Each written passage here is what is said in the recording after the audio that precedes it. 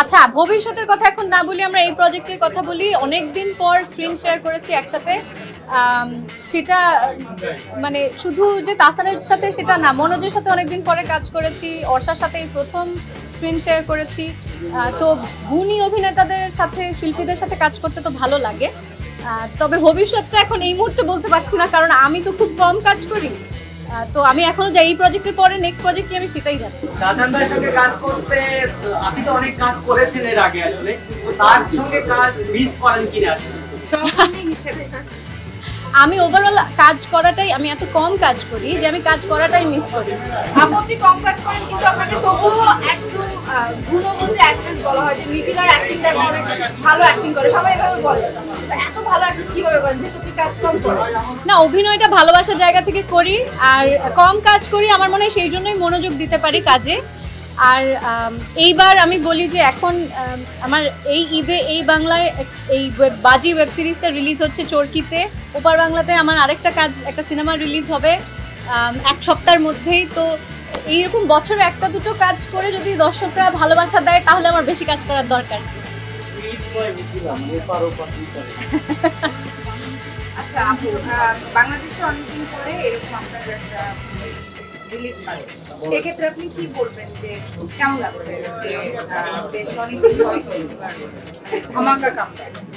আচ্ছা, আমার অনেকদিন পরে কি আমার রোজার ঈদে কাজল রেখা রিলিজ পেয়েছে, আর গত বছর মাইসেলফ অ্যালেন স্বপন চরকিতে রিলিজ করেছে। তো বছরে একটা দুটো কাজই আমার জন্য অনেক। আমি বাংলাদেশে ওটিটি খুব ভালো করছে, চরকি তো ভীষণ ভালো করছে। অ্যাকচুয়ালি ওটিটি যেসব কন্টেন্টগুলো হচ্ছে, অন্য ওটিটির কন্টেন্টও সবগুলোর মান আমি বলবো যে আমরা বিশ্বমানের কাজ করছি আসলে। এবং আমি পৃথিবীর বিভিন্ন, শুধুমাত্র ভারত থেকে না, পৃথিবীর বিভিন্ন জায়গা থেকে আমি অনেক কমপ্লিমেন্ট পাই আমাদের বাংলাদেশের মৌলিক কাজ নিয়ে।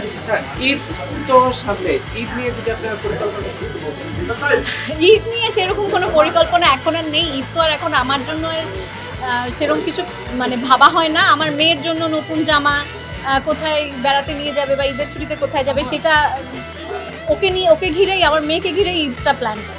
বাজিতে আমি কি করে যুক্ত হলাম বা কেন যুক্ত হলাম? প্রথমত চরকির সাথে এটা আমার তৃতীয় কাজ। আর চরকি তো আমাদের দেশের জন্য খুব ভালো ভালো কন্টেন্ট প্রডিউস করছে। তো যখন আমাকে রিচ আউট করা হয় এই কাজটার জন্যে, আমাকে বলা হয় যে এটা একটা ক্রিকেট নিয়ে একটা গল্প।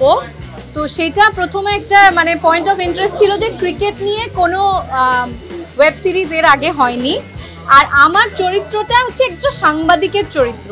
তো তারপরে আমি যখন চরিত্রটা শুনলাম, আমি বুঝতে পারলাম যে এটা আসলে খুবই চ্যালেঞ্জিং একটা চরিত্র। এবং আমি লাস্ট যা কাজ করেছি, সেটা সিনেমা হোক বা আর ওয়েব সিরিজ হোক, আমি চেষ্টা করেছি যে এমন কোনো চরিত্র রোল প্লে করতে যেটা আমাকে, আমার অভিনয় সত্তাকে চ্যালেঞ্জ করবে।